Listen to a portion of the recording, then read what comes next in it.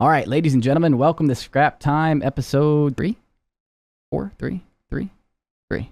I think episode 4. Is it 4 or 3? 4? 3? I don't know. We've done. I feel I think like it's we've 3. done so many of these now. No, I think it's 4. Who knows? I think But we it's should 4. remember the Regardless, count of these. yeah, episodes. we should. I should. Yeah, but episode 5. Okay, 5. All right, so episode 5. Well, none of us were right. Nice. we not either of us were Episode right, 69. Episode 69. Yeah, there you go. So welcome to episode 69. Here we are on fucking Scrap Time. I'm here with Ben J, Nissim the Goat.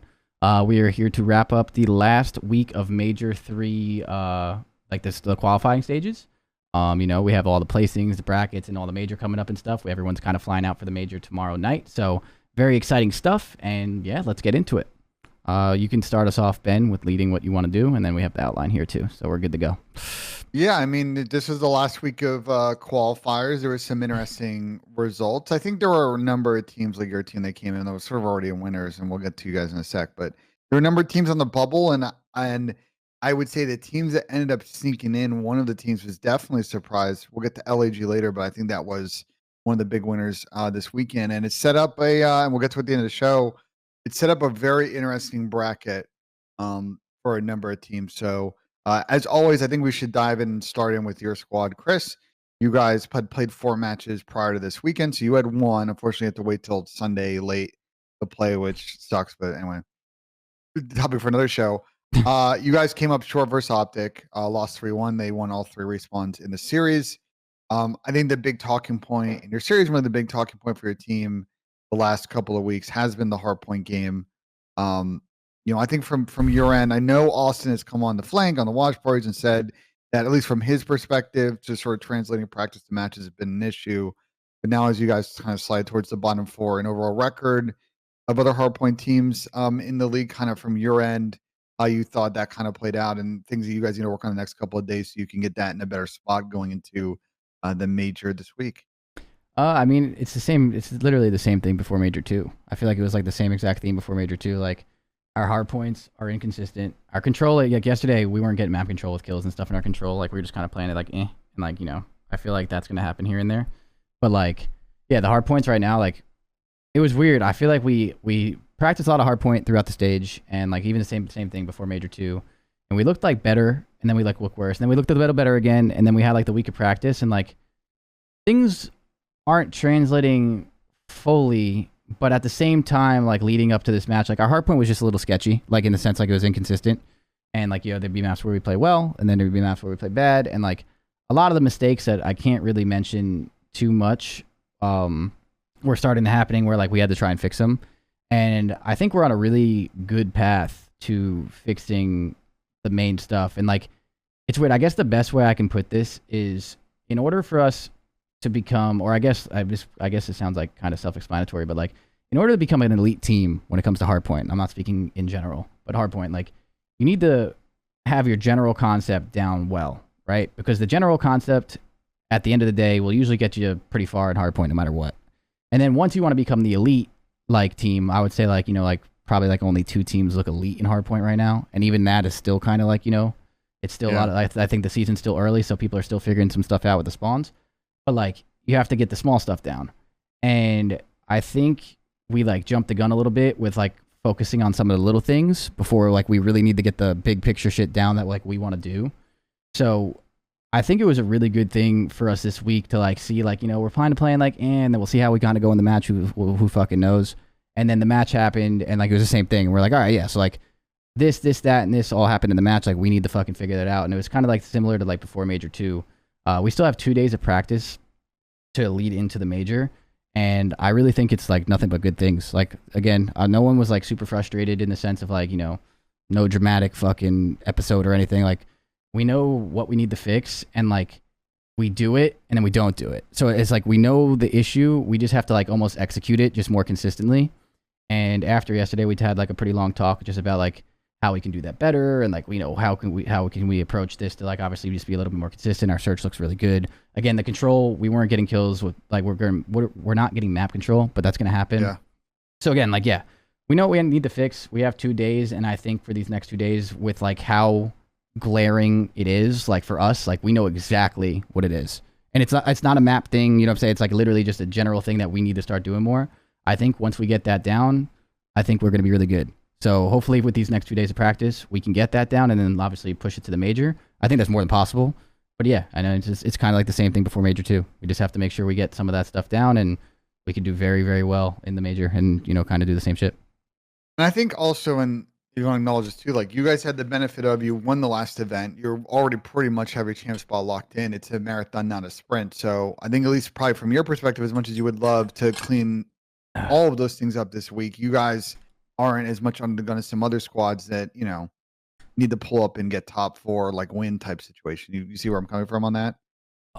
Yeah, no, like, I mean, being honest, obviously you want to win every event. You're a competitor, no shit. Like, everyone, we want to win everything, of course. But like, yeah, it's a long season, and I guess the way I view it now, I've been coaching for quite a few years now, and it's like a little different. Like when you're a player, it's like more frustrating in that sense. But as long as like you lose, I guess like in anything in life, but like as long as like you lose and like there is no dramatic fucking episode or there's no need for it because like certain teams, for example, like if you're in like the spots that like I think London's in, like we got to get this shit down. Yeah, we got to get the shit down. If we don't get the shit down, there's an issue. Right now we've put ourselves in a good position, which is nice to like understand we have a long season ahead of us to keep perfecting this, and with the frustrations, just make sure we learn from it. And like no one's like upset at each other. Everything, the culture's still really, really good. We're communicating of what we need to do, and like that's like the most important thing to me. So like again, like these losses and like this team so far this year has been so level-headed with like what needs to be fixed, and sometimes it takes longer, sometimes it takes shorter, sometimes it takes one hard point win and then you got it. So we're like really, really close to getting there. We just have to do it. So like I think we're in a good position, luckily, and with that we're gonna keep taking advantage. But at the same time, that doesn't mean we're gonna like take our time. We're just gonna work really fucking hard. That's all it is. Yeah. So yeah, I think last thing with your team. So bracket draw. You guys are going to play LA Thieves winners round 1. Obviously, you have a lot of history with some of those guys. You coached, a few of them back in Black Ops. Or obviously, you've known some of those guys for a long time. They sort of, you guys ended the quarters together and shit like that. But you guys excited to square back up against Thieves? This is the third time you guys have played them in like a month and a half. So personally, like, I know some people in my chat earlier were like saying like, oh, like tough round matchup, blah blah blah. Like, of course, obviously Thieves is incredible. This was literally the final matchup last event. Yeah. But the way I view it, I love it. I love it because I would rather, my theory on this. Yeah. I know the devil's advocate side of this. I get it, but like I would rather beat the best teams that you possibly can and win. I don't care how you win the tournament. But like, if you beat Thieves round 1, you can catch momentum, you can get some confidence, you can do really well. But like, fuck all of that in general. The best part about this is like, our respawns need work. We know exactly what needs work with our respawns, and we know if we get this stuff in respawn down, we can become the elite hardpoint team that we all know we can do. You know what I'm saying? It's a matter of time until we get it. So it's like, this is a great test. We have 2 days of really good scrims, right, to get to this Thieves match, and let's see if we can win hardpoints. You know what I mean? And I would rather play the hardest hardpoint teams, which I'm pretty sure I haven't looked at the bracket. We play Thieves, and if we were to win, hypothetically, it's Seattle or LAG, right? Yes, Seattle LAG on your side of the bracket, correct. So hypothetically, if we were to win and say LAG loses, they don't play well, Seattle wins, like this is all a made up world. Like Seattle's another great hardpoint team. And like that right now is what's been hurting us. So like this is the best thing for us if we can get these days of practice and really see where we stand and like keep getting these reps, and like the more reps and the more VOD that we have of us winning and losing hardpoint, both of them, we can learn from it. And we can learn from it, we can assess it, and we can continuously get better step by step, 1% at a time. So I think this is amazing. So this is really good for us. It's going to be a hard match. Like, I'm not saying it's going to be a hard fucking match, and it will be a hard match for them, and we just have to come out and play our game. But like, I love the fact that we're going to, like, this next 2 days of practice are going to really show us where we're standing, and I think it's going to be a good thing if we can get it down. So I'm excited for it. I love it. Cool. Well, we'll see y'all play, I think, for the last match on Thursday. So the Thursday schedule will be pretty crazy. We'll get to that at the end of the episode. As always, the way I think we're going to do this, we're going to bounce around a little.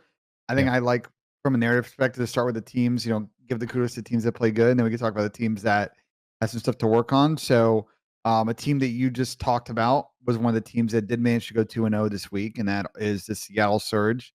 I think Patrick Price famously, like a year ago, talked about the Seattle Surge roller coaster, right? Mm-hmm. Like they win an event and then they get top 12 and then they get like top 3 and then they get top 12. So like last event, they were obviously on the bottom side of that roller coaster, we've been talking a lot in watch parties with Lamar's cousin, Ace Abedi, aka the Stocksman, and Ace goat. obviously is on the inside of that camp. And Ace has talked about how after the major, like they had basically just completely rethought S&D, and understand that they're a nasty respawn team, but their search was not it. And they got way better at search in this split and have parlayed this into a top seed for this event. And then this week they beat London, they beat New York in a convincing fashion. Yeah, I mean, I'm curious your thoughts, but Seattle looked like the Seattle of old, man. The dangerous respawn team. Pred's doing LeBron stuff, and they seem to. I think I looked at Embassy VOD, and we don't just have to like sit there and break down plays, but if you just casually like watch that VOD, I'll pull it up. they just look way more confident on that map than they've been in the past. I think, they were winless in Embassy in stage 2. They had so many tough losses on it in stage 1. This is just an example of one of many S&D maps they played. I think 3. They played a Silo Embassy and I think Hotel during this split. I don't think they played Fortress Mercado yet, but if you like watch them kind of play their offensive rounds, they just have a little bit about them, more speed, less kind of do nothing strats. And especially against some of the better search teams that they're going to potentially face in this tournament. I think it's good to see, them play the style. You can just let it play, Chris. Yeah, You no, don't gotta, I was adjusting break it. down plays. Yeah. Yeah, okay. Yeah, so Yeah. let it play. But yeah, no, I mean, when it comes to Seattle, I feel like it was just like a matter of time until they got their shit back together. Again, everyone was asking like to blow it up, this, and the other, and like they're a good team. They've proved they're a good team, and I feel like it's really underrated how you can go through like your ups and downs, like just in a competitive world, especially in Call of Duty, and especially in a game like this where it's just like you're not feeling confident or like you're on the same page. Like things can go wrong so fast and they can spiral. And with a team like this, and like their coach is very like he's very. By the way, you tell me to fucking watch the Seattle gameplay because they're really confident and they just got 2v1'd. But anyway. Yeah, but no, go to the first round. Go to the first round. I know. But yeah, no, like they have a very good culture over there and just a sense of getting better. I've said this for years with Lamar. I think Lamar is such a good leader in Call of Duty, and through thick and thin, Lamar faces the adversity with the players on his team and a lot of the shit that gets talked to him, and like usually comes out on the other side like pretty confident and like trying to figure it out. Like he doesn't just like throw a fit and like lose composure, play like shit and just like chalk it. Like he always tries to like get to the fucking bottom of it. And I think like that mentality with this Surge team, especially because they have some young players on the team and their coach, like they're gonna get through it, right? And they were not like they definitely had a bad like stage, but I definitely think like Seattle's gonna be like back in action with like their confidence and stuff, and they could be a threat. So I'm actually excited that they're doing well because I have so much respect for the guys on Seattle. So it's pretty cool to see them like break out of that and like just it's rare that you see some COD teams like come together through like shit times and like really get it down. So like yeah, I'm happy for them. I think they look confident in S&D. Like you said, Ace, I'm sure they had like a very long talk of what the hell is going wrong. They figured it out. They have a lot more confident plays where they're working with each other, I'm sure. You know what I mean? There's a bunch of different stuff that they've changed up, and I think that's going to help them. So this team should be back to being a threat. And kind of just like continue towards that champs run now and like getting better towards the end of the year. So hopefully they stick there and we're good with that. Yeah, I mean, I think a couple of things more to knock on. I think one, and I see people in the chat talking about it. I think one change that Lamar has done is there's sort of this stiff, this sort of stiff AR class with the muzzle, and then I would say, do you know the Yeah. class he was running by any chance? Just like in the class he was running before. Yeah. He's running the Scrappy class before. I don't know what. Do you know what attachment he's running now? He took off the muzzle. Okay, so he took off the I think muzzle. He put on the under. Well, if you take off the muzzle, that literally takes away 40 milliseconds of ADS. So like it's 40 milliseconds faster to aim in, which is huge. So yeah. Okay. Yeah, so he had a stiff class. He's put on the quicker class. I think actually the game mode where that's benefited the most for him is actually control. Okay, I think he's actually been way better in that mode because he's really struggling control last stage. Mm-hmm. Obviously their hard point is good, but I mean his role in hard point is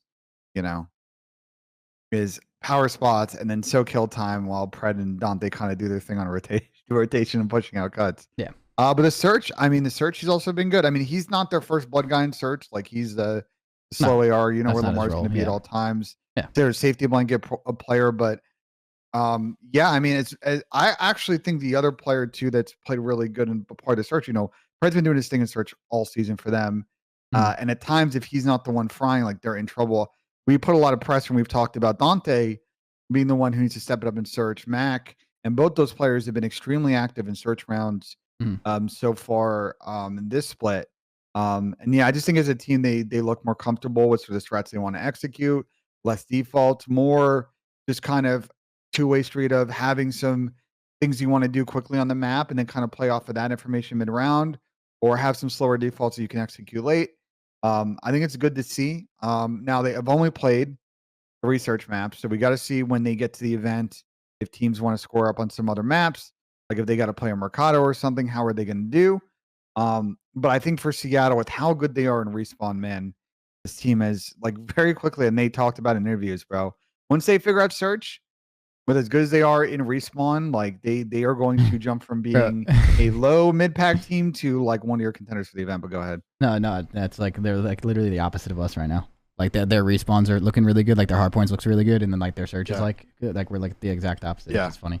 But yeah, no, like yeah, no, I think I have no doubt that this team finds their footing and all that stuff. And even when we were talking about like you know Sib and Mac, like I feel like they're also really confidence heavy players. Like I think Sib's always confident, but it just in general, like when they're on the same page for Mac specifically, I feel like Mac has a really hard role in this team. It's very underrated how hard his role can be sometimes, and not in a bad way, but just when he's on the same page with his team and he feels probably way more comfortable, I'm sure you get the best results out of him. And I think he's really underrated as a player, and when he's playing very well, they're a very hard team to beat because of the way he's playing. You know, like he has like that game-winning play style that's really good. So I definitely think their whatever they did after Major 2 and the talk they had and like their reassessment that they had is going to help them out a lot. So yeah, it's cool to see them do good. We just got to obviously keep a close eye, and then they have the now time to prove it at this major, which I think they have a very high chance of doing if they do it. Cool. Well, I think we can switch over here. Yeah. Yeah, we can move on from Seattle. They had a great victory against New York, and I believe they're going to play LAG in the bracket. And that's the next team we're going to talk about. We were all talking about this week. Vegas had a big opportunity to sneak in, get the 8th spot. They didn't do it. Be a number of reasons, and one of them being LAG, who surprisingly went 2-0 this week. Good victory against Florida, and when Vegas had won that series as well, or won a series as well on Friday, set this match between the two teams on Saturday onto essentially who would lock in their winners bracket spot. And LAG went ahead and took that victory. I don't think anyone expect this LAG team to think their way into winners. I guess my question for you, Chris, is like, do you think this is just they got hot this weekend, kind of reflecting off of some of their struggles from last week against London? You think like maybe that they're just kind of putting all the external and internal stuff aside to saying focus on our gameplay, screw everybody, let's like do our thing? Well, I would hope so, because if you don't do that, then you're fucked from the beginning. You know what I mean? Like I would hope like that's like a talk that they had if they were having that, because that's the start to greatness. Is that like it's like getting back to where you can be and like hitting your ceiling. Is like if you don't do that, it's like it's chalked already. So I'm assuming they probably had a team talk, or maybe like things just worked out for him. Who the fuck knows? But the only thing I guess I would say is they went 2-0, they regained, and you can lose to the best team in the world, you can lose to the like worst team in the league. I don't think I think this league's pretty competitive. I think we say this every single podcast. But they did play Florida and Vegas, although I do think Vegas has been playing pretty well. Like they do have like their ups and downs sometimes in some matches where they can be like inconsistent. And I think like they like hit this high and they're really good, and then sometimes they hit this low. So this match for Seattle will be the true test if like LAG caught fire and they're playing back to where they can play, which is possible, or if they play the Seattle team and like really struggle, we'll kind of see like where they're at. But I'm not too sure, just because they didn't play like, you know, like a super respawn dominant team or something like that, or like something of the sort.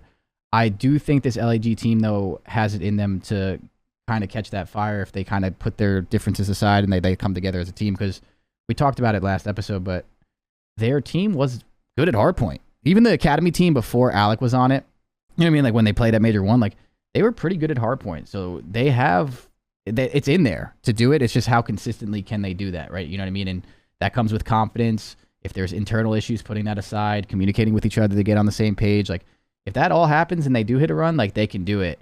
I just want to see them do it in this winners round 1 matchup to really get a test of like where they're at. They're like, you know, if they come out and just get fucking 3-0'd, then it's like, okay, I don't know. But if they come out and play a really fucking good match, then yeah, like maybe they, you know, are back on their feet and where they can be. So it's definitely possible. I think it all kind of just depends on how they come out in this match one. So we'll see.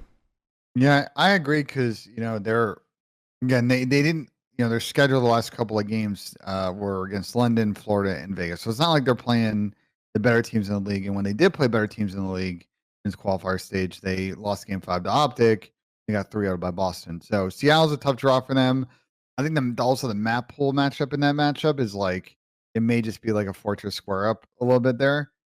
Because I don't think LAG really with this new team have played a lot of hotel. They're like the only hotel I think they play some search and mostly control in hotel. But I think this team will end up playing a lot of like maybe like Fortress Embassy type dealio. So I don't know how successful they're gonna be there, but for LAG, you lose that Seattle match, you gain some momentum. They play Vegas next round. That'd be an insta rematch there. Considering what we talk about with the points in the league, right? Yep. And kind of where it's at, this is a massive opportunity for LAG to try and get like 10 or 20 extra points going into the last 2 events of the season. Because right now they're sitting on 70. ROKKR is at 110. We'll talk about ROKKR in a second, but it's likely they're going to walk away with 0 points in this major qualifier. You get 10 or 20 or more points, like you've suddenly massively reduced that gap to 8. You have one more good major, and going in the last event of the season, you're on the inside of that champs cut line is massive. So yeah, this is a huge week for LAG to just like take this positive momentum and do something with it. I think the other interesting LAG stat that I don't think a lot of people have talked about is they have been absolutely horrible in hardpoint this stage. They have 2 hardpoint wins and 8 losses, but they've actually been on a little bit of a search run, kind of low key during this qualifier set. Of the last, I think 4 or 5 searches they played, they've only lost 1 of them. And then even against OpTic, they split searches and they lost 1 against Boston. So I think their overall S&D record display is actually pretty good. It's 5-3. So that was a big problem for them last stage. They were good at hardpoint, but they were really bad at search with a 4-7 record, and the control was even worse. I think they've turned around their weak game modes, but the hardpoint has fallen off a little bit, but that's okay. We've talked about how a 2 search control or you take a to respawn S&D, like you can get it done. So yeah, but you don't want it. That's not the recipe. Yeah, you don't want to go that path, but it can be done. So it can be, but it's not even like after we won with that recipe. That's not the recipe for success. That's like you can get that can get them through though. That can get them through, but yeah, for sure. And the only thing I'll say is the one thing about this is some people will be like, oh well, Seattle's got to make sure they don't underestimate LAG. I think Seattle's always one of those teams though that's not going to like sit here and counter strike LAG. I think they're going to always focus on their gameplay. But I'm curious your thoughts on that. Well, man, I don't talk to everyone like in depth about this, like with how they prepare for matches, because that's obviously a little counterproductive. Yeah. But like, how can you underestimate any team ever? Like in this league, especially people do it. That's why I'm saying I think it's dumb. Whoever does it's just fucking stupid though. That's my point. Like, you can't like, bro. It's a main stage match, a winner's match. Like, you can't underestimate a team. Like, I feel like your prep should be pretty similar to almost every match. You know what I mean? Like, it shouldn't just be like, we're playing these guys. Like, especially with this game, we talk about this time and time again. Like, this game alone, the skill gap can be weird. You know what I mean? Just with like how you're frying and stuff. And then on top of that, like how competitive this league is. I know we talk about London all the time. London doesn't just get bodied sometimes. Like, they lose close matches too. Like, of course they're not getting it done, and that's a problem. And there's little things that go into it, but they compete. Like, it's not gonna be something where you can take people lightly. I don't know. I find that so weird that possibly could be a thing. I don't think Seattle would do that. Again, Lamar. Is someone Lamar would lose full. Dude. Yeah, that's what. Yeah, Lamar doesn't show up and take anyone lightly. Lamar's a fucking maniac. You know what I mean? Like, that's how he is. Like, that's not a thing that team would do. But if people do that, that's just crazy to me. But yeah, I think that's like, I don't think Seattle will do that. If Seattle comes out and gets smoked, I don't think it's because they didn't like take them seriously. I think they're just gonna focus on their game. And what you were saying about counter stratting and stuff, like, you can do counter strats, you can do this, you can like obviously have their tendencies and stuff like that, but I say this all the time, like, your biggest enemy in Call of Duty half the time is yourself, man. And as a team, you get the kills and you do the wrong stuff, you rotate the wrong way, you rotate the wrong time, like, that has nothing to do with the other team. You know what I mean? That's all what you do and like what you control. Of course, there's little things that go into it to really become the elite, but yeah, I think they're going to focus on what they can do right and obviously try and close out the match too. So I think it's going to be a good, a good match. If Seattle plays really well, depending on LAG, we'll see where they stand and see how it goes. I agree with you, Chris, but We have Look, interviewed I know. people on the show before on other shows and watch parties that like I know you 100% don't agree with that mindset. I know Well, a lot of top teams I don't think do. anyone could. That's how Well, how could you agree with that mindset? No one should. I agree with you Yeah, on that. okay, I'm just thank you. saying that my point is like I was saying that like I was actually when that came up, I was saying I was going to guess Seattle because I was like I don't think Yeah, they're going to approach this match that way no. against a hot LAG team. Obviously, Seattle's hot as well. Like they're going to keep focusing on working on the stuff that they've been working on executing, especially getting better in search. So should be a fun matchup. Unfortunately, we've been talking about teams that played well. We got to talk about another team we talked about last week. We were hoping for them to rebound, and I didn't think they could get lower, but here we are, the Minnesota ROKKR. I'm wearing a Major 2 Garmin shirt from last year, which is tough. 0-2 this week. Lost pretty much what would have been a really big momentum match against Vegas. They couldn't get it done. And then they looked lifeless against Thieves. Like it just seems like there's just no confidence there right now. They're in that like issue where it's like they went 0-4 and then it's like, well, fuck. Like we're in losers. And I think the Hydra was close, but the other two maps really weren't. We can sit here and talk about their struggles. We did that on the last episode. Like I don't really think that that's like the most like productive conversation of all time. What I'd rather frame it about, I'm curious on your end, is like 0-5 qualifier. Like, what are you doing to try and get some like positivity on your side so you can try and make this losers run? I'm curious from your perspective what you would do in the situation. I mean, I don't think there's ever a team that's went 0-5 and made a losers run, if I'm not mistaken. Even when Thieves had their 0-5 last year, everyone was like calling to blow their team up and like drop people and stuff. Like, I'm pretty sure they proceeded to go to the major and get smoked. And then after that, they turned it around, and we know how that year went out for them. They played it very well. It's like you can definitely regain from it. It's a very hard turnaround after going 0-5 to like show up to LAN and do it. They can. I guess the one saving grace for them would be, I'm not a huge believer in what I'm about to say, but apparently they are with the way they were talking about it. They say like their slow play style, like, you know what I'm saying? Like their play style is like a little bit better on LAN. Like, they've talked about that a little bit here and there. So maybe it's just something where like that's in their head. I don't know, but usually it's very hard to go 0-5 and then turn it around. They can definitely do it, but it all comes down to like what we were saying earlier with any team. Like, you have to work really hard in the league. If you take your foot off the gas, you fall to what we're seeing. And the only reason why I'm saying that is because their head coach literally came out and said this. I'm not, speculating that they didn't try. Like, their head coach came out in an interview and said that they took their foot off the gas, they didn't put effort in scrims, and then they got the results that like you almost kind of deserve in that sense. So I think they know that, and they just have to kind of like reset themselves and understand that like they have it in them to do very well, but they can also do very bad if they don't do well. So they have to like get back on the same page, make sure they're all individually being the best people that they can be, and then obviously get the culture back and doing it. So it's like, it's going to be hard to do it. I'm not a huge believer in it. It's definitely possible. But again, like, it just seems like when they took the foot off the gas, they kind of started playing well. I'm sure a lot of the times it's not all four people taking the foot off their gas. Like the gas either, I'm pretty sure like maybe one or two people or something. The other two people that didn't do that usually get pretty frustrated that people on the team are doing that. And then you lose, and then there's frustration. There's a lot of stuff that stems from that. So they just have to kind of reevaluate how they want to practice from what it seems like on their public interviews and just get on that. So they could do it. Possible. It'd be very hard. But I think the major turning point for ROKKR, even if they were to go to this event and get like 6th, is like, all right, now Major 4 coming up. Let's not ever do what the fuck we just did again. You know what I mean? So that's going to be the major talk for them, like after this major's over. But still possible. We'll see. Yeah, I mean the problem for them, Chris, is that the teams they're going to play, it's either you guys or Thieves coming out of winners round 1. I think it's going to be a really tough matchup for them. No momentum. Well, yeah, of course, it's going to be a hard matchup. But either way, even if like they were to win a match and then lose a match, my point is this major right now, they're going to try and make the best out of the scenario. Maybe they make an incredible run, who knows? But it's more or less like the attitude and the effort thing that they talked about in that interview is very weird to me, and that's what you have to fix if you want to be a consistent team, right? Like, nothing else matters right now. Again, like kind of like the big picture stuff and like what we were talking about.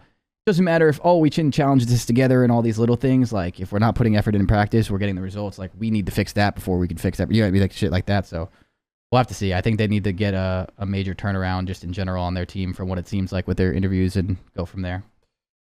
Yeah, I mean, I would say, I mean, I was sort of last night in prep for this, like going back watching stuff, bro. Their S&D has fallen off a massive level. I think that's the game where they have the least confidence in right now. They actually have been kind of okay-ish in hardpoint. They've had some close losses. I mean, they've really struggled. They played a lot of Fortress Control, so the split, which is whatever. But the S&D has been horrific on their end. They're in the agency right now with the 0-for-7 in search. So yeah, I mean, they're gonna. We'll see what they can do this major stage. And the other problem for them is, you know, after their good run last major, they were sitting in like the 5th or 6th spot on points with a decent lead. They've now given almost all of that away. And yeah, what we talked about with LAG, you know, there is like a 40-point gap between them, 9, 10, and then the teams below that. But we've seen very quickly how that lead can disappear. So need a damage limitation, the momentum and the points that they've lost in this major. They can get 10, that's big, and they gotta, you know, focus on pulling up to the major 4 event and doing better. Otherwise, they're gonna be in a situation like what happened last season, where they had to go to the last event of the season and play good, and they actually did not too bad, if I remember correctly, at Major 4 last year. There was also wasn't enough because of New York playing good and a couple other teams playing good, and they didn't go to Well, champs. it's out of your control. Yeah, that becomes out of your control. When like and you don't know, want that, yeah. that's the last thing you want to do, and that's what I was kind of getting at with like what they were saying with like the lack of effort and all that stuff. Like you can win back-to-back events and come back, and if you take your foot off the gas, like what are you doing? You know, like this season is unless you get to a really really comfortable spot, like you need to like just kick it up, because basically the way it goes too is like they got third, and this goes for every team. Every team that did worse than you, which there's a lot of teams, and even the teams that didn't win, so like, you know, 11 teams that don't win, and even the team that won, because we came back and we knew we had a lot of issues, come back and like, yo, we need to get fucking better. You know, that's the, usually when you lose at an event, or even win an event in a shaky fashion, like, you come back and you're like, yo, we need to get better. Like, there's nothing worse as a player, I can say this for myself when I played, like, when you go to an event and you don't win, usually the mindset is like, you come back from that, and like the first 2 weeks, you're like, yo, we need to fucking do this, all like all of your issues are so alive and in your face after you lose an event. You're like, this guy's comms suck, this sucks, like this boat sucks, this map sucks. You have so many things like alive in your face to fix. And that's the mindset that a lot of people in the league have, and they have coaching staffs for it, so on and so forth. So again, like, yeah, you get that placing.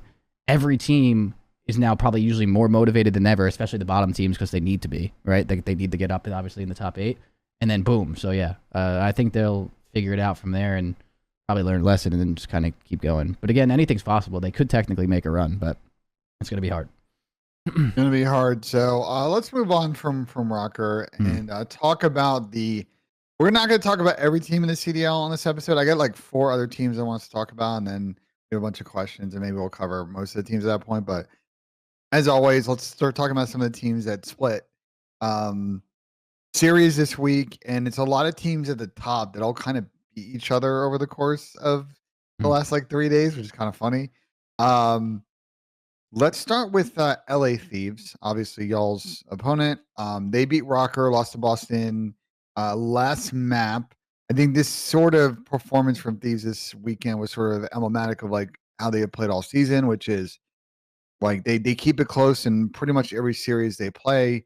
The ROKKR series was very clean. I think first map on Hydra was close, but Hydra is usually always close unless someone's absolutely tossing. And then the other 2 maps were pretty solid. The Boston series was an absolute battle. And unfortunately for them, you know, I think the last search was really a problem for Thieves. You know, we have talked about with Thieves over the last year and a half. When they were struggling last year, it was, okay, you're getting first bloods in search, but you're blowing 4v3s, you're blowing 3v2s, you're playing the bomb, you're 4v4, 4v3, 2v2, whatever, and you're losing those rounds. You cleaned that up at the end of last year and made a run, won champs. The beginning of this year, they were struggling with it. Seemed to have figured it out last major, but seemed to be having a problem again this stage, and especially on a Silo search. Their ability, and I could tell you exactly right now, these numbers are not great. They're now, I believe, 4-8 or 4-9 on Seal of Search. They're getting first blood about half the time, Mhm. but they're only winning 58% of the rounds of their 4v3. And I assume from your perspective, like that's probably not the target you want. No, that's not just my perspective. That's anyone's perspective. I'm sure it's theirs too. We had that perspective last year in Vanguard. It's very frustrating to watch. Nothing worse as a coach, like, got first blood, like, fuck yeah, 4v3, like, we could win this round, and then you're like, what the fuck? You know what I'm saying? Like, like, it's yeah, that's not a fun perspective at all. So, I mean, it's a fixable thing, and it's, I guess the best way to put it, it's not a bad problem to have. It is a major problem. Obviously, they know that.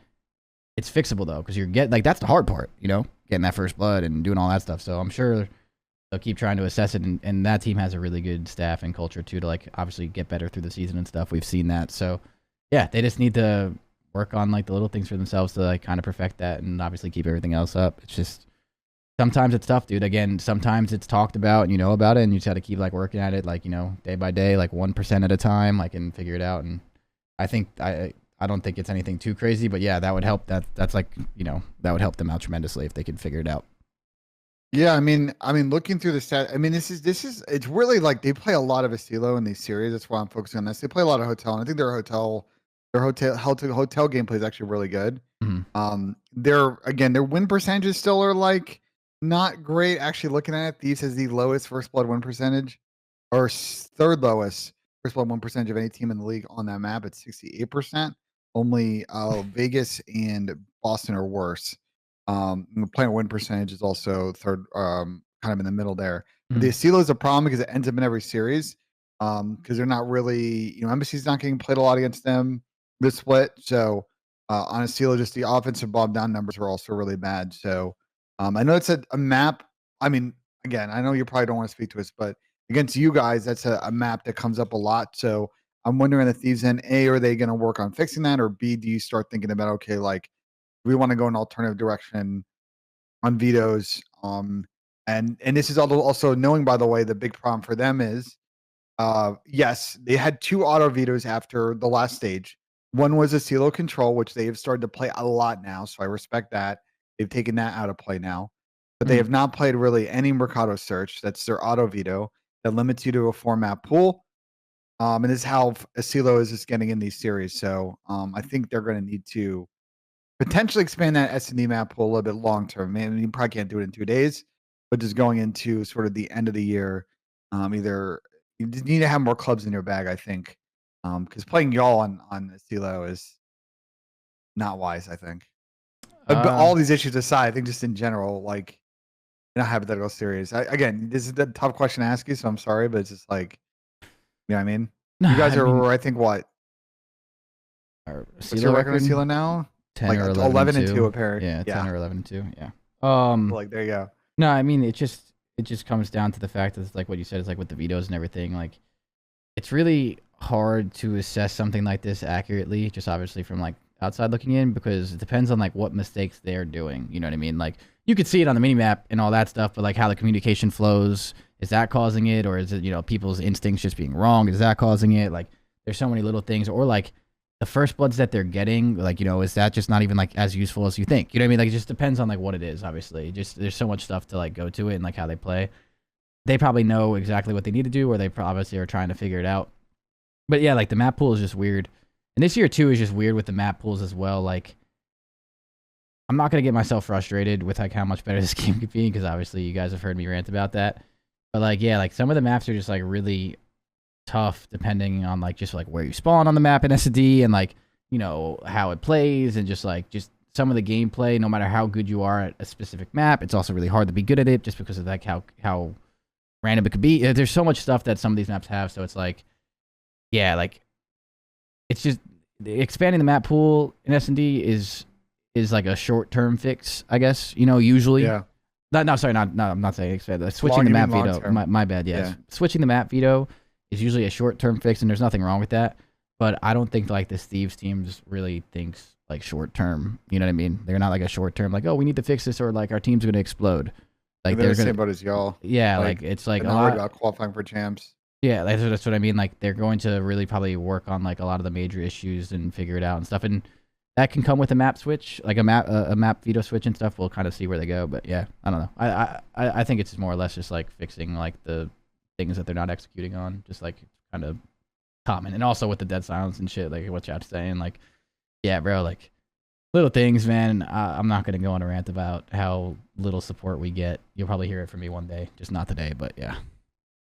Yeah, I mean, this is a thing for the flip side for Thieves. And the next team I was going to talk about was OpTic. Is something we need to consider a lot with these teams is that the online environment right now. We always talk about there are some differences between some past games between LAN and online pacing, things like that. This year in particular, though, the biggest wild card is sound equalization and the sound settings. And then on LAN, it's obviously not allowed. They locked that down. Online, like pretty much every team is running it now. And it makes the play styles translating to LAN a little bit interesting. So we'll see how it affects Thieves and how it affects the next team. We're going to talk about OpTic.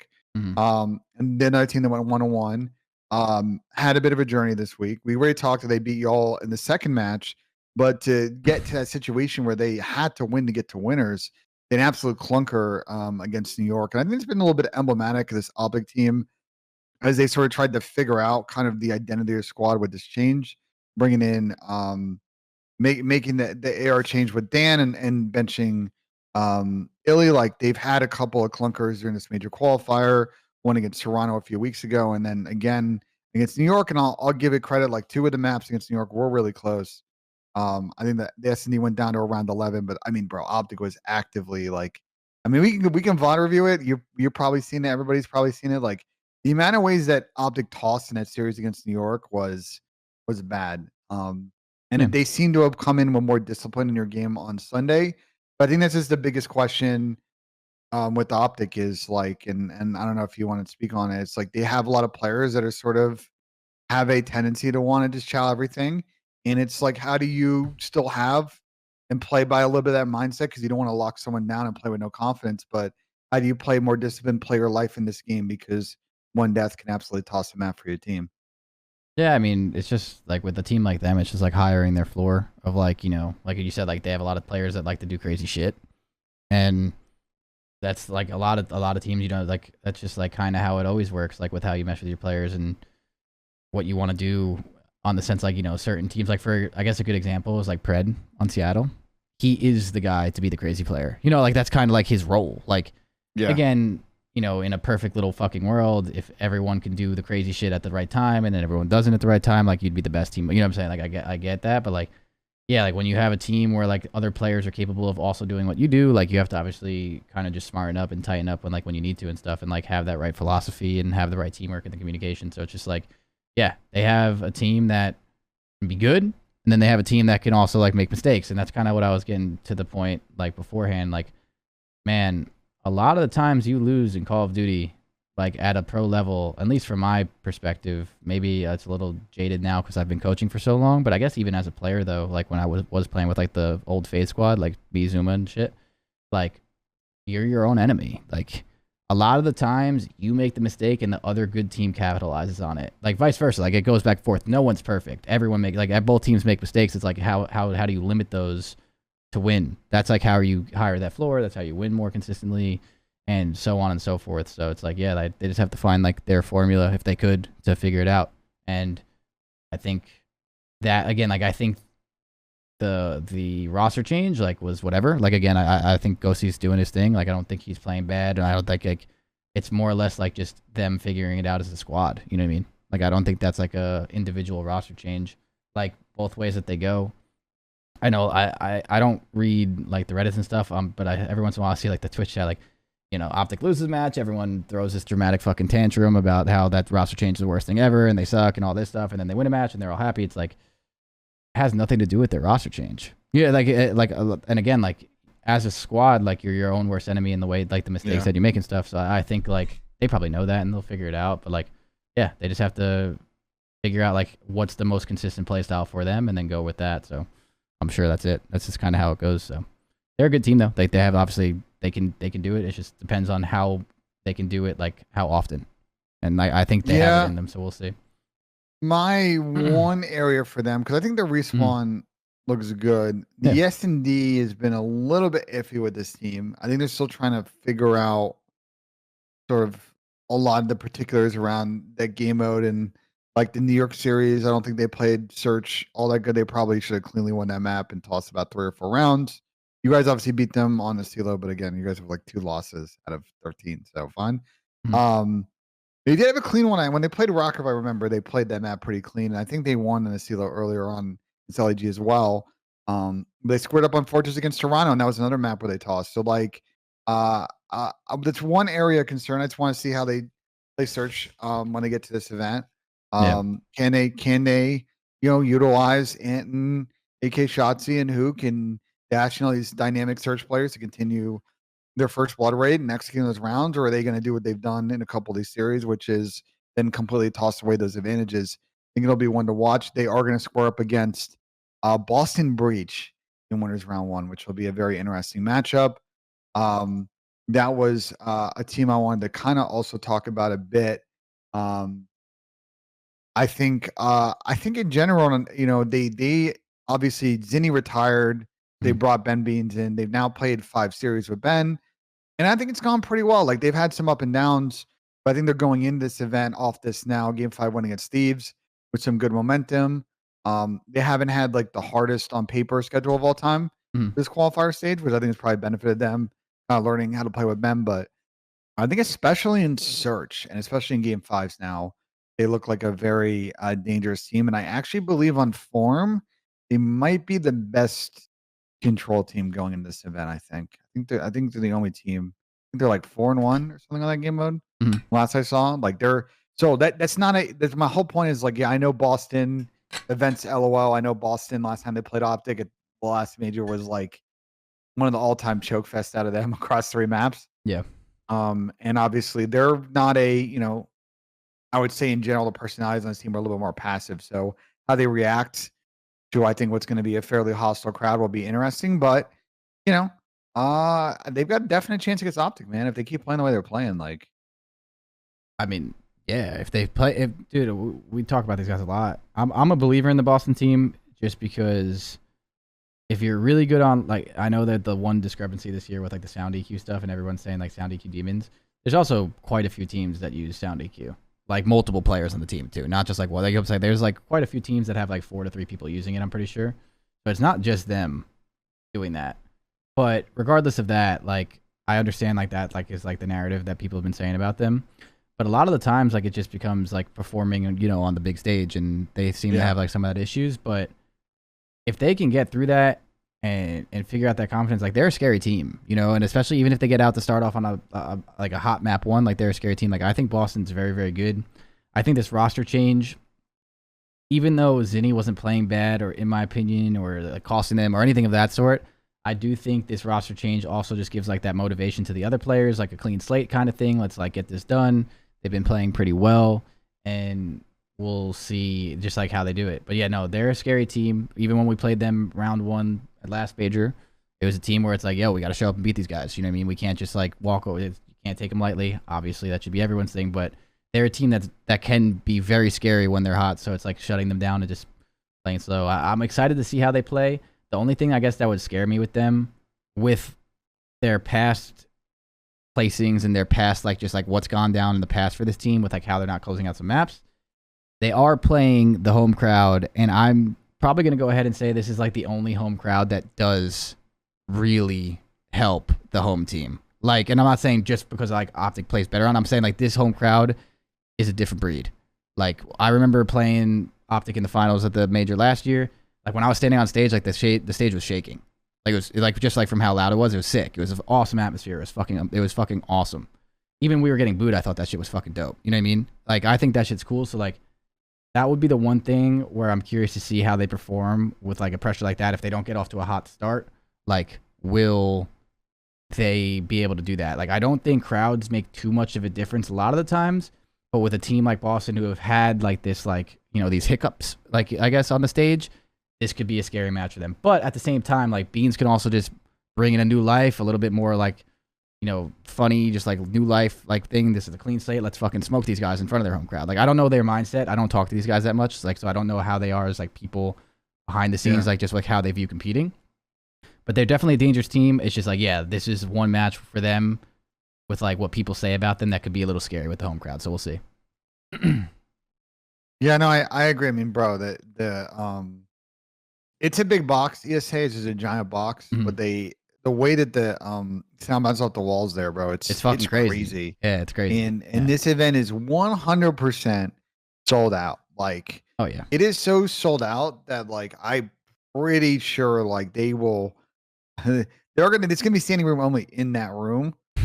And there may even be a line to get in the room based on the amount of people in there. Like we're obviously gonna be at the event. So I've been talking about with Corey and the OpTic team, and it's just like they're stepped they're gonna if you remember Major One last year, this event will be stepped up about 50% more stuff going on. There's some Oh crazy yeah. stuff they're planning. It's gonna be amazing. But Yeah. it's going to be really good. But I think to the point of like for a team like Boston, that's not, they don't have like Ben is a very expressive guy, right? Beans is Mhm. emotion on his sleeves. I think he's got a very distinct personality. The other guys are a little bit more like kind of passive, go with the flow type stuff. And sometimes players with that mindset can get kind of lost in the moment in the situation. So I'm hoping that we can finally get a version of Boston that kind of grinds through that wall. It's going to be a really uphill battle for them and tough though, but we'll see what they get. The only other thing for Boston, I will say though, one player that I have my eye on for this event who has been kind of not low key not playing that good. I know he talked about it a little bit on Twitter. Reese Vivid's had a really tough stage so far. Really struggling with respawns actually. Yeah. Averaging, I believe, somewhere around like a 0.7 or 0.8 right now Hmm. across both game modes. So it's only 5 matches, and obviously they won, so the win is more important. But I'm kind of one player to watch to see if Reese can play a little bit better because I think they've been getting away also with Nero has been very consistent so far during the stage, Yeah. which has been nice. Especially I think in S&D, which is sometimes up and down. But yeah, if Reese can get back to the Reese that we know and like they keep executing the system, like they're gonna go deep in this tournament. So Yeah. No. Yeah. I think they'll. I think again. I'm curious to see how they react to this crowd, just because this crowd is different, and I'm assuming it's going to be even fucking crazier than it was last year. And I'm like super excited for that. Like just atmosphere. But yeah, I think even like with Vivid playing bad though, like if they're winning the matches and stuff, like that's also like an underrated thing too. Like sometimes you play bad, you get put in like tough situations, but like you can't beat yourself can't beat yourself about it like that. Can't beat yourself up about it so bad to the point where you like you change your play style and then all of a sudden like yeah, you know what I mean. So you have to like be careful with stuff like that. But yeah, I think they should be interesting to watch. I hope they come out and play that their way. And what you said about Beans, he has a very good opportunity and a very good chance already that he might have done this where like he might just like have that fire with this team to be like fuck everybody, like we got this, you know what I mean, and that could help them out a lot. So I'm curious. I haven't talked to Beans too much yet, but from just like following along and just like seeing him and how he plays and how he acts and shit, like he seems to be someone that could be very helpful in the sense of like that, like bringing that energy into the squad and helping them. So it should be pretty cool. yep, agreed on that. Let's talk about 2 more teams, if you don't mind, and then we'll talk Okay. bracket and take some questions. Yep. Let's talk about New York. They have like they've been on a weird form. They're a good team. They're coming with some good momentum, but they have been on like either 3-0 or getting 3-0 type wave right now. So, just to kind of give a recap on that, they've had 2 4-game or they start off the qualifier battling last map with ROKKR, taking that in like around 11, in which ROKKR just completely tossed on offense by doing the do nothing strat. And then since then, they 3-0'd Florida, got 3-0'd by Toronto, 3-0'd OpTic, and they got 3-0'd by Seattle. So, Chris, I think from your coaching perspective, that's obviously maddening, right? It just makes it really difficult to kind of know where your team's at on a day-to-day basis. Do you think like maybe they're just kind of getting stuck in the blender, or do you think there's something else going on there? I mean, the way New York tends to play, a lot of the times, like they play like full force. You know what I mean? Like they're a very aggressive team. They're a very instincts first team. They're very like we're gonna kill, fucking go, chow, take the fucking crazy routes. Like they're a very like full force kind of team. And when you play that style, it could be a double edged sword, and it could lead to like you making a really big risky play and then not playing out, and all of a sudden you find yourself down 0-2 because like you lost like a closer map and stuff. And like I think they're still working on their consistency, but I do think like the way that team is prepared and just like I talked to like every once in a while Troy's in my chat and just I've heard people talk to Troy about them. It's just like I think they're in a good spot. It sucks as like from a coaching perspective to see that and be like, oh, I don't know where we really stand. But at the same time, I'm sure a lot of their 3-0s and stuff, they can probably go back and point some of the plays that they need to fix. And like with a team that can be as deadly as they are when they're on, is like that. Like they're probably just gonna have to like, you know, reel it in a little bit and like be less of that double-edged sword and try and like just like tame themselves a little. And I think like they'll be good in that sense. So it right now, just like the way New York is, I think they're good. It's annoying as a coaching perspective to see like exactly where you are, but I'm sure a team like that with like the players on the team, they've just used those losses to figure out like what they can do a little better. So I wouldn't be too worried. If they were to go to this major though, and then like, you know, to start off and just get 3-0'd or something like that, and all of a sudden then it's like, all right, like we might need to reevaluate the play style in general. But I think right now they should be pretty good. Like they showed inside of greatness, and then they've like come out flat. You don't want that ever as a team. You obviously, again, I think someone said it in the chat, and like kind of what I've been getting at. How good are you on your worst day? Is like is really what makes you a good team and puts you in the placing for the league. That's what you're going for. Because at the end of the day, especially with the game with like the skill gap of this, when you die in a bullet, especially had you like any like if you just don't come out frying and you're still like and you're terrible, like that's a problem. You know, like there is a philosophy to Call of Duty that will help you out a lot better and like make you at least like lose closer games and stuff like that. So I think this major will be a big test if they like come out and have like the same like weird effect where they're just like losing 0-3, then they're probably gonna have to reevaluate stuff, but we'll kind of have to wait and see. But yeah, no, it's definitely annoying from a coaching perspective to see that shit though, because then you're just like, damn, bro, I don't know what the fuck we're good at right now, but I think they're fine. Yeah, I agree with you. I think one thing I will say that New York, just like with Seattle, I think New York in stage 2 really struggled in search. I just looked out there 3-7 in search. They're 4-2 so far in this stage, and that's not just on one map. They have 2-0 in Fortress, 1-0 in Hotel, 1-0 in Mercado. 2 losses are in Embassy, but yeah, I feel you. Like if they can just kind of clean stuff up. I mean, they're going to play Toronto round 1. That's a real tasty matchup. Toronto looks and good then they too. win. Yeah, Toronto's good. We didn't. I don't think we've talked much about them so far in this show, but they obviously made that Hixie change and have been playing well since then. I don't think Hixie's putting up the greatest numbers, but doesn't really need to with the way they're playing right now. But that's just a really, really tasty matchup. And then beyond that, they'd obviously, if they win, they might square up against Boston or New York. So I have New York as one of the better teams in the league right now, one of the real world contenders for this event. So we shall see which version of New York, if they continue this day-to-day thing in Atlanta, it's going to be in our stock point up to this event. But yeah, that's when you have to reevaluate. Like, yo, we need to figure out like what's going on, because COD is as much as anyone can ever win in Call of Duty, and you know that's obviously it's like such a storyline that people like to say, and it's true. There is such a consistency to it as well if you're a good team and you get the philosophy down and like you're executing on like the teamwork aspect of stuff. Like you don't need to drop 40 every game to win, and if you do, that is a problem. You know what I mean? Like that's not a recipe for success. It's not going to win you tournaments multiple. You might win one for the year and that's it. Like, you know, like you might have that really good event and everything else goes to shit. And like you never want to rely on something like that in competition like this. So it's like, yeah, no. If that's the case still, then they might have to try and figure out like some more consistent ways to make their team work. I'm not too sure, you know, what else would be going wrong, but we kind of have to wait and see, just like see how things go for them. Cool. I'm going to pull up the bracket on stream. Yeah, I have one more team I want to talk about that we want to tip. Sure. Obviously they're going to start in losers, but I wanted to give some props to London Royal Ravens. They had a pretty good mixy week. Went 1-1 this week, and you know, I think this is a team that made a role change. And they moved Paul X to a sub, and they moved Nasty to an AR. I think Nasty was playing much better. We were waiting for a good version of Paul X. They didn't really bring their best game against Seattle. I think the last map was probably the closest map in the series on Fortress. But they played much better against Toronto.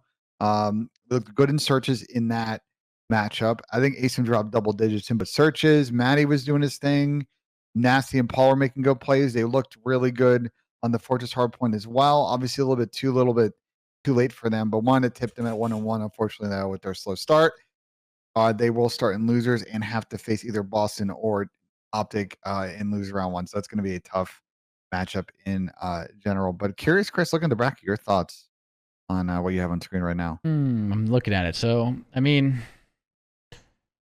I'm looking at like the winners matchups and stuff. Like, yeah, like, I mean, there's just gonna be good matches like across the board. I'm still super curious to see how LAG plays for Seattle. Our side of the bracket again. I know we talked about this earlier. If Seattle is like, I would say they're probably the favorite in this LAG match. If they were to win in a perfect world, and you know we come out on top in our match, like yeah, if we get to play Thieves and Surge, like this is like a really good opportunity to like again get way more like reps and understanding of what's going wrong. And right on hardpoint, maybe we come out and again like get really good practice in these next few days and do that. So I'm super excited about our bracket draw in the sense of just like again very eye-opening stuff for us again, and with this keeps like working and getting better. So this is good for us in my opinion. I think, yeah, I don't know. I mean, I think like this bracket is normal. I don't know. I think everything's gonna be good. I guess the other one too is just be this matchup here. We talked about this one, but yeah, the New York Ultra one is weird. We didn't talk about Ultra too much. I know you just said that, but I do think Ultra looks really good. I feel like they look pretty good right now, just the way they play. And I know they didn't play that well, like, you know, here and there, but I think Toronto, we didn't, like, I think the way they've played the last two events, they've looked really good, and then they've kind of fallen short, and then people are calling them, like, onliners and all this other stuff, and, you know, people are, like, chatting a lot of shit. Like, I think they have it in them. I think this change, as weird as the change was, and people had their opinions on it, it might just help their chemistry as a team, and that's might be all they need. So I feel like there's a big eye on Toronto for this major to see how they, you know, come out and play here, you know, with this change and all that stuff. So I think we'll do that. Talk about the bracket at major and how the best teams play each other first. I mean, how is that? I mean, considering it's a 12-team bracket, yeah, wait, like, what? how do you want the loser? The losers can't play first because they're away from everybody else. Like, that's kind of the problem. We had a 16-team league. Yeah, and stuff. And you can do like 8 and 8. Like, yeah, you could kind of tweak this a little bit, but it's just the 12 is just a weird format for brackets. Like, this is a much better. I mean, I will say this: we all probably agree this is a much better format than what we've had in past years. Remember the double bye bullshit? That was sucked. awful. Yeah, that was awful. The like not 12 teams at events home series concept year one, that sucked. This is like a good happy medium as to where we're standing with the 12 teams. Yeah, it gives the losers team a massive disadvantage because you fly in Tuesday, you scrim Wednesday, you don't play Thursday, you scrim Thursday, and you don't get that stage experience until you're sort of in that one and done situation. But I don't really see, like, obviously groups would be better, but we do these one stage events. I just don't know but with the setup we have how you can do better. Yeah, the only thing oh shit. Okay. The only thing like I feel I guess that would be weird about the format is just like it's weird that the matches are like you know scheduled like for the whole year. You know what I mean? In a sense where it's like I thought it was pretty cool in Cold War, like how like you know you can pick teams and like make the pools and stuff. I thought that was like a cool idea in like that sense. But yeah, no, I don't know. It's like just don't get losers bracket. I don't know that you know what I mean. Like you're at a disadvantage, but like you deserve to be. Like you know my thoughts on this. Like it does suck. There's only really 5 matches and stuff, but I really don't think it's that bad. And like to the person, I don't know if you were asking like why Thieves and FaZe play first, because considering that was like the finals matchup of the event, but it's just because of online matches and seeding, and that's just how it goes. Like we went 3-2, and you know we got like a hard draw because we went 3-2, and like again we're in winners bracket, and that's all that matters. Like in order to win an event, you have to beat teams like Thieves and Surge and you know OpTic. Like you have to win anyway. So it's like I don't know. I feel like I don't know. I don't really think that's that big of a deal. And everyone that's in the losers deserves to be. In the sense, like, you know, you have to, like, fight your way to the top. Like, it's just kind of just the point of competition. I don't know. I do think it was cool, though, with, like, the, you know, picking teams and stuff like that. Because, like, the only thing that's weird about this is, like, yeah, the schedules technically could be easier for some teams. And that could be, like, weird. But, I don't know. I really don't think it's that big of a deal. Yeah, and the only thing we talked about this on the show, and I've talked about this on the watch party, and people are probably tired of it, but, like, I personally think what might be a better twist on all of this, because if we're going to only play 5 games, you're going to get these stupid ass tiebreakers, 2 and 3, 3 and 2 tiebreakers. Yeah. I think what might be a nice spice up to that is teams 1 through 3 have the opportunity to pick from the other of the top 8 seeds who they want to play in winners round 1. You get to choose your opponent if you do well enough. So you go basically, if you go 4-1, you get the opportunity to choose your opponent. And it would fill out the bracket that way instead of being at the luck of. But the problem is you're at the luck of the draw of who you play and the maps you drop, because you're never going to get the like head-to-head tiebreaker in a 3-way tie situation. That's never going to really resolve itself because all the teams haven't played each other. Like I feel like maybe tossing it up will make the brackets a little bit more interesting, but there aren't that many other ideas you can do. Just the 5 matches kind of make it very difficult, and the unbalanced schedule makes it even harder. I kind of see where you're coming from with that.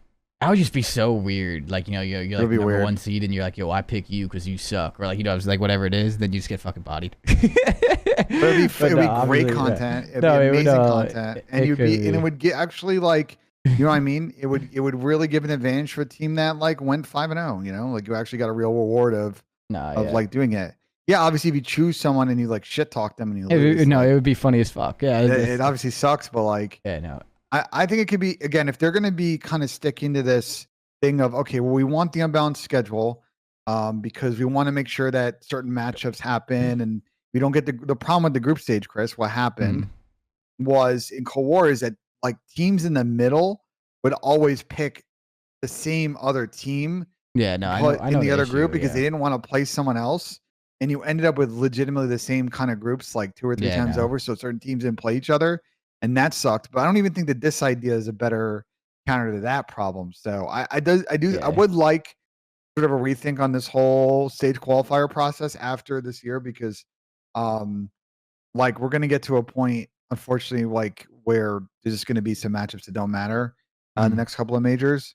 Or to the point of like you guys where you guys won an event and got like, you know, a schedule against, no offense to these teams like LAG London, stuff like that. Like I just don't think I think it causes more issues than it solves. Yeah. No, it's there's no like perfect answer to like making a 12 team. Like, again, it's just like weird.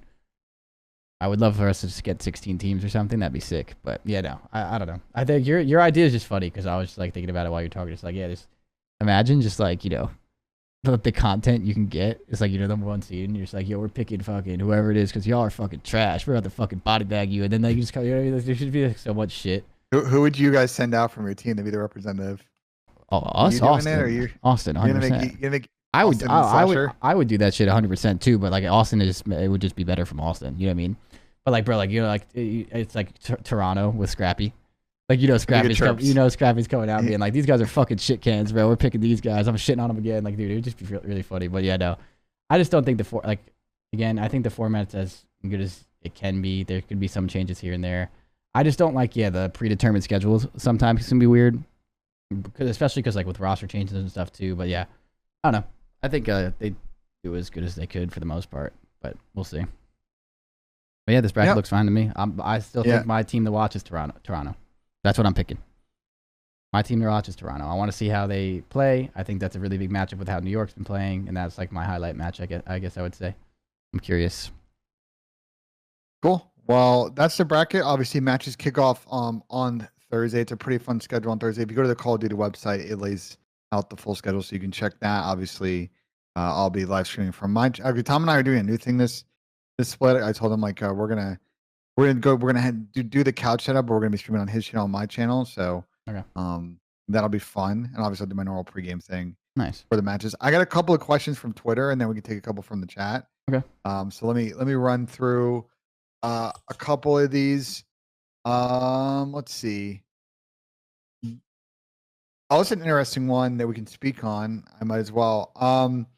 Do you think this post-game, post-split content is sustainable for the space? Shows like us, the reverse sweep, the flank, the breakdown. Do you think that the rumor mover back to YouTube will hurt these shows with viewership going down from Twitch? I don't think viewership's really going to change.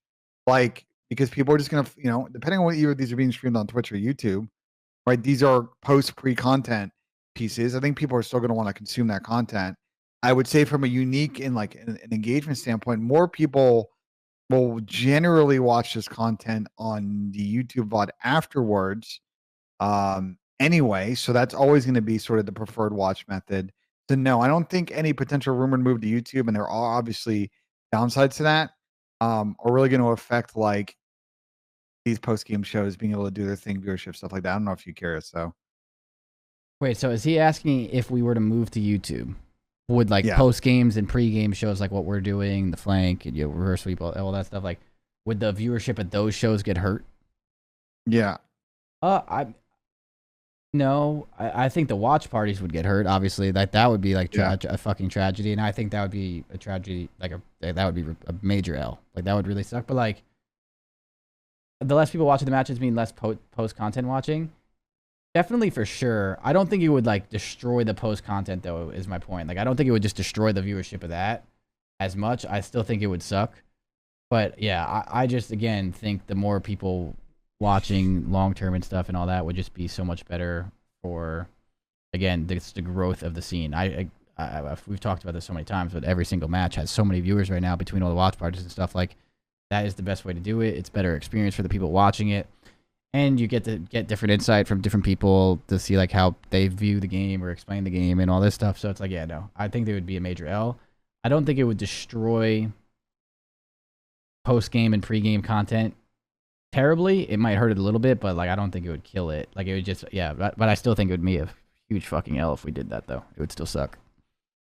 100%. I got one more content related question. We take some from the chat. Okay. I don't know if you saw. This is from Twitter as well. I don't know if you saw, but they did a little bit of a Crim6 sort of retirement video thingamabob yesterday on stream. It was kind of everything was before your match. Yeah. A question we got from Colin Hallett on Twitter.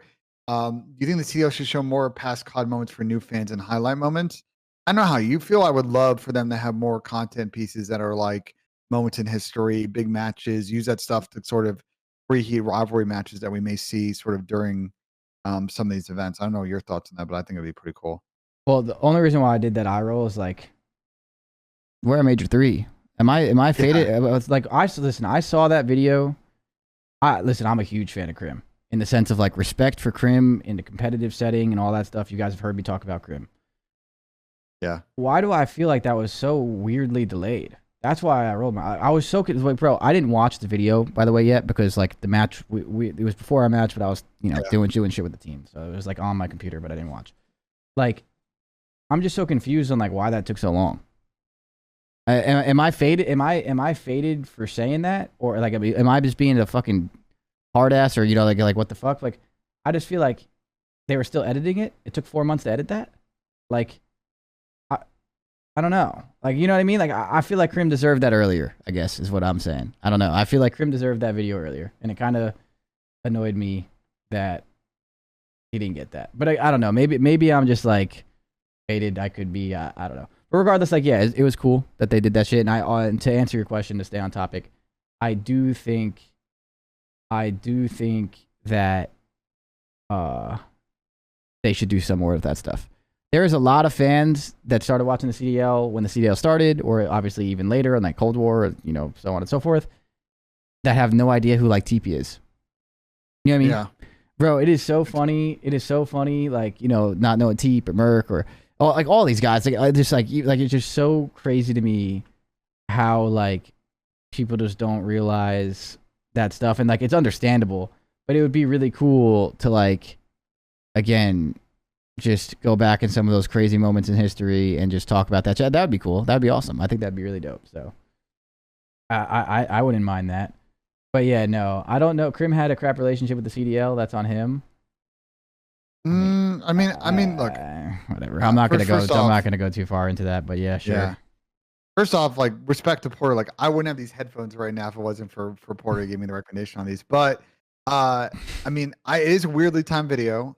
To what Boyle said in the chat, like a lot of that content piece, if you notice, where like people were recording it from like their bedrooms and stuff, it was all shot in the off season. So I don't know why it took a couple months to come out. I think this is more emblematic of one criticism I have of the league, and I think I haven't talked about it on this program, but on others, of like some of the pre-produced content is sometimes a little bit weak from the league compared to like Valorant and CS:GO and League of Legends, like what they call shoulder content in the industry. Like they need to work on some of that. Mm-hmm. And to the point of the question, I wholeheartedly agree. Like we can be putting together much better packages. It's sort of like, they call them bumpers, right? The thing you play when you're coming out of break. You can play these really cool content pieces, sort of kind of starting some of the pre-match kind of festivity on a matchup, right?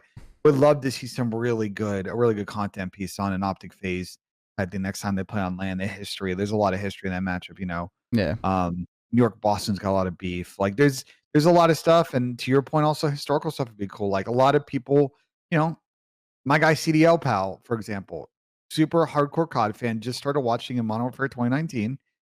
He wasn't here around for the era where people like JCap and Merc, Aches, like were sort of running the scene, and maybe some reflective content on stuff on that would be really, really sick. So I'd love to see the league start to invest more in that stuff. It doesn't always need to be on broadcast. That's why they have a YouTube channel.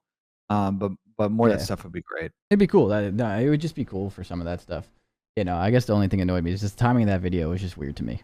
That's why, like, I like saw that and like was just like, what the fuck am I watching right now? Like, didn't this guy retire forever? You know, it was like I was like, what the fuck? It was just so weird. But yeah, I think it'd be cool to do some of like, you know, some of the old stuff and everything. But someone else said something right before.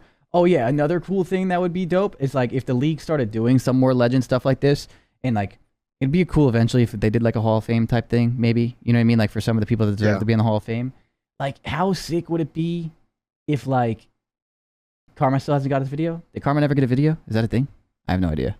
Yeah, Damon still hasn't gotten a video. They need to work on that. That's what I mean. Like, bro, the first guy to ever have 3 rings, the most successful Call of Duty top player of all fucking time with 38 championships, 3 fucking, you know what I'm saying? Like, I don't know. I don't know if Karma has video. I forget. It's just, like, again, like, my point is just, like, there's so much opportunity to do, like, really dope fucking pieces. And then again, you do like this Hall of Fame thing and you do all these like really cool Legends content too. That's just like another side piece to the CDL. Like this doesn't have to be the main fucking theme.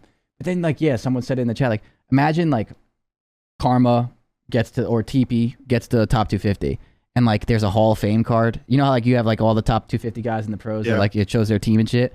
Imagine if like Teep had like a Hall of Fame like legend, like with 1 ring under his name or some shit. That would be fucking dope. You know what I mean? And this is still so new, so this is not like they have to do this. It's unacceptable. But it would be very cool if they went down that route of like doing shit like that. Because A, it's just respect to the people. As cool as the CDL is, and you know, they do things wrong, they do things right.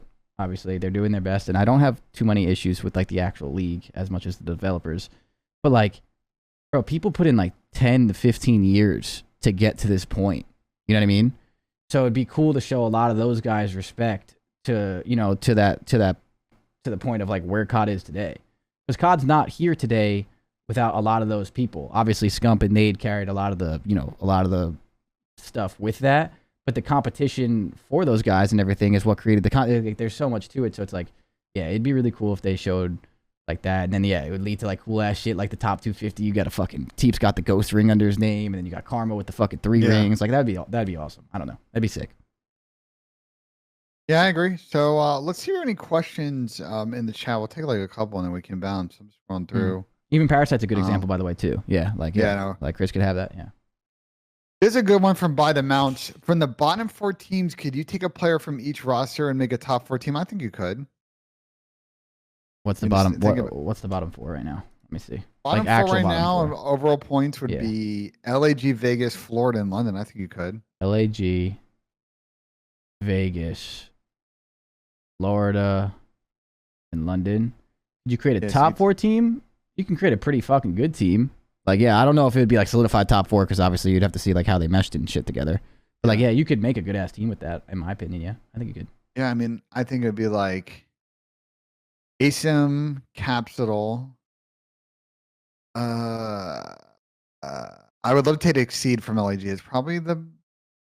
I mean, Alec. Well, Alec if you do ASIM and Capsule, then you would have to. Or Assault. You would have to go AR, which would be Clay, Alec, or Assault, right? That's what those would be your 3 for your ARs, and then you would take. But it has to be one, like, because are you not taking Donnie then? You know what I mean? Because like, yeah, it has to be one each. That's my thing. Donnie, so it's Clay, like, it's like you take an AR from LAG, like like Alec or some shit, and then do Donnie because like Donnie's like a really good like in between, like like there's like be a lot, but you could definitely make a really good team, like easy. And Capsule can also run an AR too. The only thing that top 4 again, I know I sound like such a dweeb when I say shit like this. But like, bro, being good at COD is so like. Of course, you need the skill. You need to have gun skill. Again, I've talked about S tier talented players before on this podcast and in my stream. Those people exist. They shoot differently. They bail you out of a lot of situations. That is very true. I coach a team that does that. You know what I'm saying? We get bailed out by our talent every once in a while too. It happens. But to get consistent and to actually be a top 4 team, like there's so much more that goes into that. That has nothing to do with bailout. Like if you want to consistently, I'm talking consistently be top 4. And like, it's a lot of philosophy. So like, I think like you'd have to go with like, you know, their philosophy and like, even if they had coaching and all that stuff too. But like, yeah, they could do it. Like you can make a very good team and then it depends on how they mesh and everything else to get to that level. But yeah, I think you could do a really good team. I agree. And we'll take one more question before we bounce. Do you think that they will add more? This from Bathrobe Bob. Nice username. Bob. Do you think? Do you think they'll add more maps to the comp pool this season, or is it too late? I don't know. Not too I late. want to let you go first. It's not too late. It's not fucking too late. It's never too late, bro. I know we've talked about even like changes to the game, spawn, like, you know, making the spawns a little bit better, red dots, dead silence, like lower audio, maps, anything right now. It is major fucking 3. It is not too late. And like, I guess the best way to answer that is like, if you go on one side of that, it's like, well, people played 3 majors and like now you're going to change a bunch of maps and like dead silence or like any of the changes you would talk about, like, it's like unfair, but it's like, bro, every player right now, I think unanimously would say like we would love a few more maps that play better. We would love a few more changes that play better. You know what I mean? And it would work. So I don't think it's too late at all. The only thing that is just weird is like we just need the maps. You know, we just don't really have maps to choose from. Like I feel like a lot of people talk about this all the time, where it's like, oh, just add some new maps for Fortress. It's like, you got any to provide? Like we don't have a lot. We don't have a lot to work with right now. Like, you know, and like even Fortress and stuff, I'm sure can still slightly be fixed if, like, again, we had a lot of developer support and now I'm gonna start getting mad. But like, you can slightly fix with like some, like, there's things that you can do to even make some of those really bad maps even a little bit better. You know what I mean? Yeah. But we don't have the support from there either, so it's like we're just not in a very good spot, you know, to like do that. But I do think it is not too late to answer the question. Absolutely not. It would be absolutely worth it. And I do think most or almost every single pro and team would love to get a few more maps and figure it out. And I've talked about this before. We don't have the maps to really try right now. And some of the maps that we do, I think there's legal issues and all that shit. But I do think on the side of the CDL, they need to do a better job if we ever get to this moment when there are maps delivered, that the CDL forces you to, every single team at a specific time, have to try the maps and shit. You know what I mean? To like really get everyone to have even playing field on it, get even practice, because like some teams don't want to do the new maps because they don't think it's going to be a map and they don't want to waste their time and they want to get like the edge. Like if they could organize it more to get better testing on their servers and like see how the maps play, and then again, I wish there was a committee that like really worried about, like, that was really knowledgeable about the game and like they come together and try and figure it out to have the best like thing. Like, yeah, you can start adding it in. Like that would be awesome. Even right now in stage 3, if we were like, say there was like map or 2 that we were trying out, that we were being forced to try out, but it's not going to be in stage 3. We knew it was coming in stage 4. Like you'd still probably, you know what I'm saying? Like you can still do it. Like it's just like so much stuff. So it's like, yeah, but I don't even think that's on the league's end right now, as much as we just don't have a lot of stuff to work with right now. You know what I mean? Like, but yeah, it's not too late to answer the question. I would love it. It's not too late to do red dots on a minimap. It's not too late to lower footstep audio a little bit. It's not too late to at least make yourself fully dead silent when you're dead silenced. You know what I mean? It's not too late to do a lot of these changes, man. So, fuck, I've been around for so long that like, I'm trying to be optimistic, but I fucking hope something changes. But like, you know, I'm doing my best behind the scenes too. But like, yeah, I don't know. Fuck. Hopefully. What do you say, Ben? I think it's not too late. I would say I would love. We talked about this last night on the flankers. Like, I would love, bro, if next week people fly back on Monday, Tuesday morning or whatever. Not a lot of teams actually don't even fly back on Monday because they're in Dallas already. Tuesday, Wednesday. I told Tom this, bro. If we're not hearing about combos behind the scenes on, let's just get on for a couple days and try and figure out how to get Fortress Control the fuck out of here. I'm gonna lose composure because that's still like S&E map pool is kind of whatever right now. Fortress Control is a big giant issue with the map pool. I refuse to believe that like people just gotta put some real elbow grease in and try like some of these other control maps that aren't in the rotation to see if they just play better than Fortress Control. I know like Kyle's got weird spawn. I was gonna say like what map weird though? Points. Yeah, exactly. Yeah. That's my point. Like dome control, I think is supposedly too small. Like too small. Yeah. Yeah, I think people just got to run through and try some other stuff and just kind of see if it works. Otherwise, you know, we just got to give it the good old college try. Like if the maps still suck and the player pool agrees they still suck, then it obviously is not ideal, and we'll stick with it. But as far as I know, like people really haven't seriously since the vote in the beginning of the season, like people seriously haven't tried to find a new control map. So yes, so to further your point, first of all, some teams are better at Fortress Control. They don't want to give it up. That's what someone said in the chat. That's not their choice. That's my point.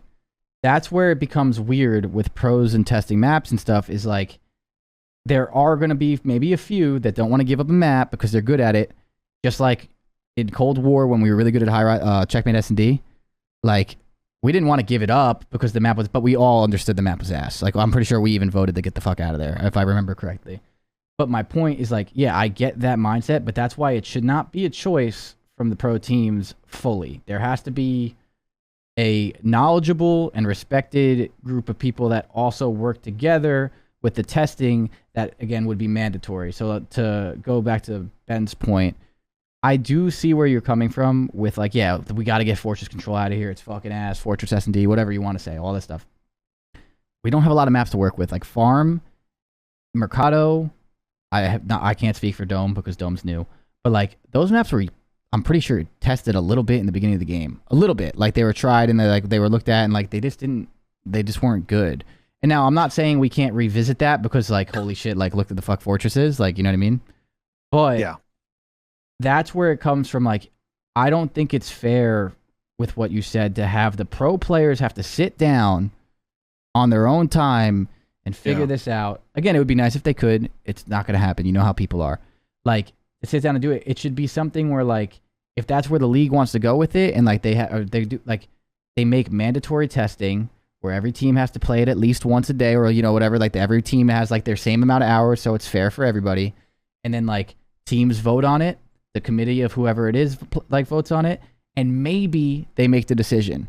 Or maybe they're like, yo, Fortress is ass, but Farm's fucking dog shit. Mercado spawns are awful because they're not very good. So on and so forth, right? So it's like, there has to be a better way for things to be force tested, because again, a lot of people have the mentality of just like, why am I going to scrim Mercado S&D when I know that shit's fucking ass? Or sorry, not S&D, sorry, Control. Like when I know that shit's fucking ass. And that's like, where again, you're not going to get a lot of people to truly test it. And then people are going to half-ass test it because obviously they're not going to like really be into it. And then it's a shit show from there. So it's like, I think that needs to be more of a force thing on the CDL. And then to answer someone's question, since this is also on the topic, why can't ex-pros form a committee, like people like Scump, yourself, Crowder, like all this other stuff? It depends. I can't be on this committee because I'm the head coach of FaZe. At the end of the day, even though I would really like to say I'd be truly unbiased when it comes to maps, even if we were good at a map, like I would try and like be the most competitive. If we were undefeated in Fortress Control, I'd still be sitting here saying that map is complete and utter dog shit. But at the same time, at the end of the day, I'm biased. You can't do that. It would have to be, honestly, people like Merc. Merc's a good example. Like I know Merc's a CDL caster, but like he's a very good person who's also worked behind the scenes and was successful before behind the scenes when he's like helped out the game. Like you'd have to get like people like that are not tied to any team like professionally, and then it would be better. Even like Teep would be biased technically because he's an OpTic content creator.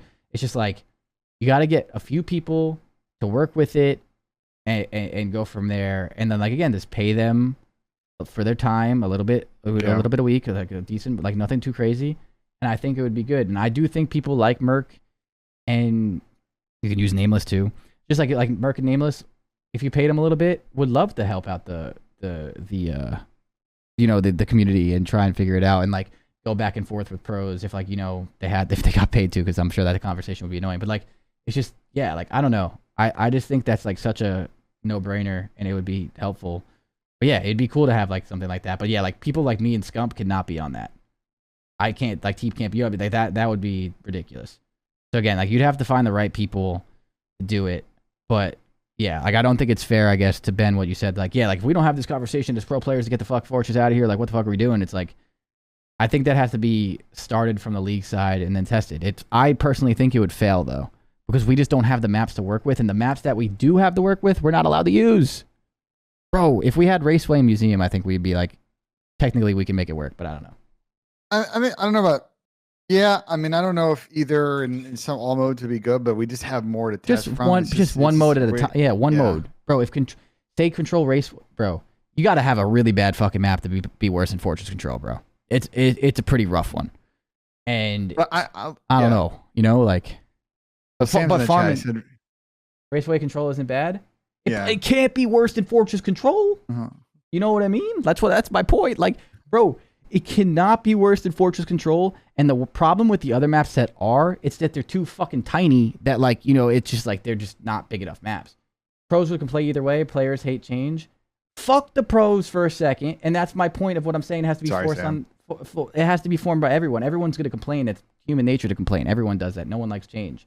But like, bro, like, you still have to fucking do that. That's my point. Like, you have to, it has to be back. And I'm not saying just because like pros and coaches don't want to map in, it would get shut down. Like, I don't think Farm 18 is better than Control, so I don't think it would be worth it. But like, yeah, like what Octane said, like, bro, Raceway Control is not worse than Fortress, probably guaranteed, but we can't even test it because we can't use it. You know what I mean? Like, that's the problem. Like, the maps that we can have, we can't even fucking use. And we're not asking for a map that works in all modes. We just have to get like one map in S&D maybe out of there, switch it up, it could help. One map of Control out of there could switch it up and help. And I don't think we're in that bad of a spot. But again, now I'm going to get mad because if the developers gave us any kind of support, we could also just change a few spawn points and maybe we could make a map work. We could change a bomb site in S&D. Maybe we can make a map work. Mercado has 7 fucking hills in Hardpoint. That was supposed to be changed months ago, I'm pretty sure. Where the fuck did that go? That's my point. Like, a lot of things just don't get changed either. Things are fixable, but when you have zero support, they're not fixable. So that's the problem. Like, I don't know. So it's just weird. Farm's unplayable and Mercado needs to be scrimmed more, but no one wants to play it. Mercado's the only map that I do think if you followed the CDL ruling of, like, you know, you had to test it twice a week with people watching, blah, blah, blah.